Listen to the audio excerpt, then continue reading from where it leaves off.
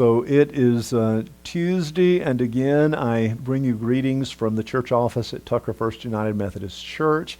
I hope that you are staying well in these days, and we do have additional updates and encouragement that we want to offer you for today. I don't know how you are doing with all of the sheltering in and the guidelines and everything that's going on right now. I think a lot of us are being affected in ways that we might not fully be aware of. Recently, I was aware of one thing that was affecting me, and I just hadn't paid a lot of attention to it. Most people know that I love coffee. And one of the things that I realized was that for the last few months, I have drastically reduced the amount of coffee that I'm drinking. And I wasn't even aware of that until someone sent me a list of things that is entitled, "You know you've had too much coffee when." And when I read this list, I was aware that instead of having too much coffee, maybe I'm not getting enough coffee. And let me share this list with you. You know you've had too much coffee when Juan Valdez named his donkey after you. The only time you're standing still is during an earthquake. You're the employee of the month at the local coffee house, and you don't even work there. Your eyes stay open when you sneeze. You can jump start your car without cables. You give blood to the Red Cross just for the free coffee they provide. You're so wired you pick up the local FM radio station. Instant coffee takes too long. You know you've had too much coffee when someone asks, "How are you?" and you respond, "Good to the last drop." You want to be cremated just so you can spend eternity in a coffee can. You go to sleep at night just so you can wake up and smell the coffee. You know you've had too much coffee when you can outlast the Energizer Bunny. You think being called a drip is a compliment. Or the last one, you know you've had too much coffee when you introduce your spouse as your coffee mate. I kind of enjoyed that list. You know you've had too much coffee when. But when I read that, one of the things that I realized was that over the last few months, I have really significantly cut back on the amount of coffee that I'm drinking. All of that just to say that these days of COVID-19, I think most of us are being affected in ways that we are not fully aware. And a part of the question that I want us to think about today in this video is, how are we being affected by the things going on in our lives these days? Where are we turning for our strength? And what is it that is bringing some source of joy and happiness into our lives? I enjoy things like this list of, you know you've had too much coffee when, but ultimately that's not a joy that is really lasting. And I hope that we can find a joy that sustains us in these days. And ultimately, I think that that joy comes out of our relationship with God. Recently, I was reading a devotional out of the book of Nehemiah in the Old Testament. And in chapter 8 of Nehemiah, there's a couple of verses that really speak to me. In one verse in particular, in verse 10, chapter 8 of Nehemiah, verse 10, this is what Nehemiah said to the people. "This day is holy to our Lord. Don't be sad, because the joy from the Lord is your strength." The joy from the Lord is your strength. When we find ourselves in challenging times, that is an invitation for us to turn to God and to trust that God is going to be with us and that God will give us the strength that we need in the living of these days. And these words from Nehemiah remind us that the joy from the Lord is our strength. When Nehemiah wrote those words, there were some great challenges that were facing not just Nehemiah, but all the people at that time. Nehemiah was a governor. A part of his work at that time was done with a colleague, Ezra. Ezra was a priest.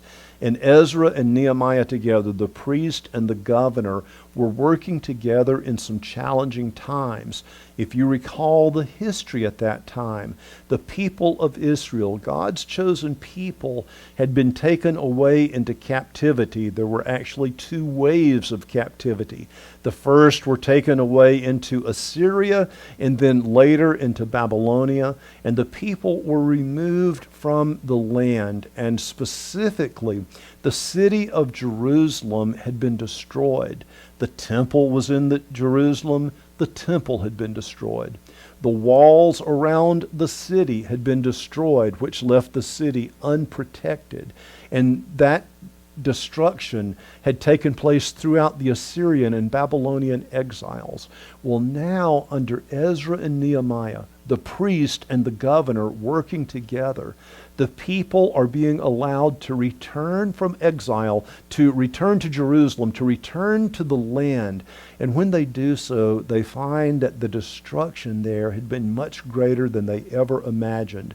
And so they begin calling the people together, organizing the people to rebuild the city, to rebuild the walls, and to have restoration going on after they have been experiencing exile for so long.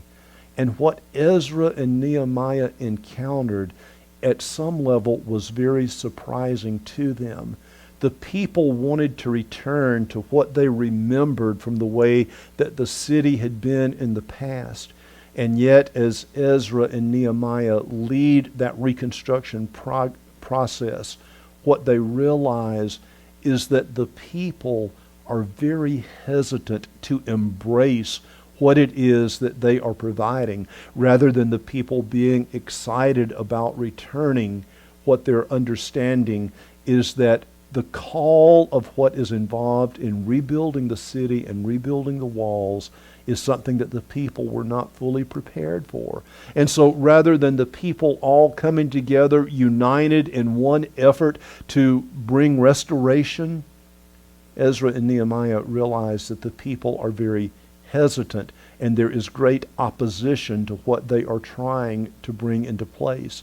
And it's in that context that Nehemiah reminds the people that their hope for strength comes from God, and the joy that they want is a joy that comes from the Lord. It's in that context that Nehemiah wrote the words, "The joy from the Lord is our strength." I wonder about us in the living of these days. We have been and continue to be in something of an exile away from life as we know it, and we desperately want something different than the way that life has been for several months now. We want some kind of restoration to come, and yet we recognize that that is going to come in stages. It's going to come with a call for people to be united. And right now, all across our society, we are seeing that people are anything but united. People have very differing views about what needs to take place and when it needs to take place. If we are going to find the kind of unity that allows us to grow through these days, continue to be God's people, and continue to be in ministry and service to God, that calls for a great unity for us in our lives. And that unity is something that has to come from beyond ourselves. It's a unity that comes from God. It is a unity that comes from the strength of the Lord. These are days when we need to rely on God and God's strength. And if we're going to find any sense of joy and happiness and fulfillment for the future and in the living of these days, that is something that is greater than what most of us have on our own. It is a joy and a strength that comes from God. As we think about rebuilding from the exile that we have been in, This is a time for us to focus on being united as God's people, together turning to God to draw strength from God and trusting that God will be at work in our lives even in these days. We were talking recently and reminded that at times throughout history, God's people and God's church have gone through times of exile and persecution and cannot come together openly in worship. And yet almost always when that happens, God's people and God's church have been strengthened so that when you came through whatever that persecution was, the church was stronger at the end of that than it was before.